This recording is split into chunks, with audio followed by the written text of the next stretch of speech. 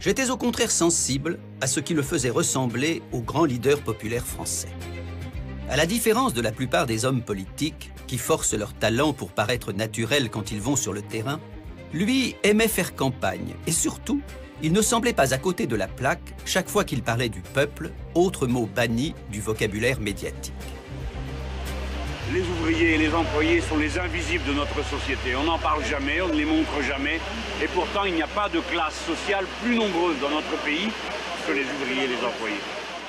En 2012, je me souviens, quand il était venu me voir, j'étais encore en activité sur le RER B, à la RATP. Je l'ai pris comme ça, par surprise, en lui disant « Tiens, je vais te faire conduire le RER ». Il me dit « Mais t'es fou, avec toute la sécurité que ça représente, jamais de la vie, tu me fais faire ça ». Et on était 2-3 conducteurs dans la cabine, à pouvoir l'aider évidemment, hein. Et on lui a dit « Tu vas le faire, parce que tu nous as posé beaucoup de questions sur cet outil, mais maintenant tu vas te rendre compte de ce que c'est ». Et il l'a fait. Je connais pas un candidat qui ait pu oser faire ça. L'image qu'il a renvoyée pour beaucoup de salariés, c'est qu'il est capable de se mettre à la place des salariés. Il ne se contente pas d'en parler, d'évoquer.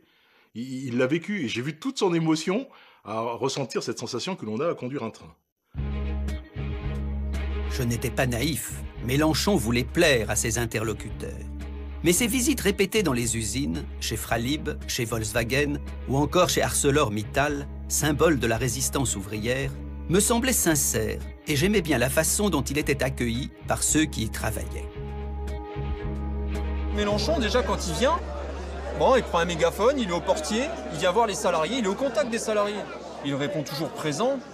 Et en toute objectivité, c'est pas de la lèche, quoi. C'est vraiment quelqu'un qui nous écoute, qui nous entend et qui fait. Parce que quand il y a un Sarkozy qui sur une grande radio et qui dit, vous savez, les hauts fourneaux de Gandrange, non mais franchement, quoi, il connaît même pas le titre du dossier, quoi. Comment vous voulez qu'il le défende?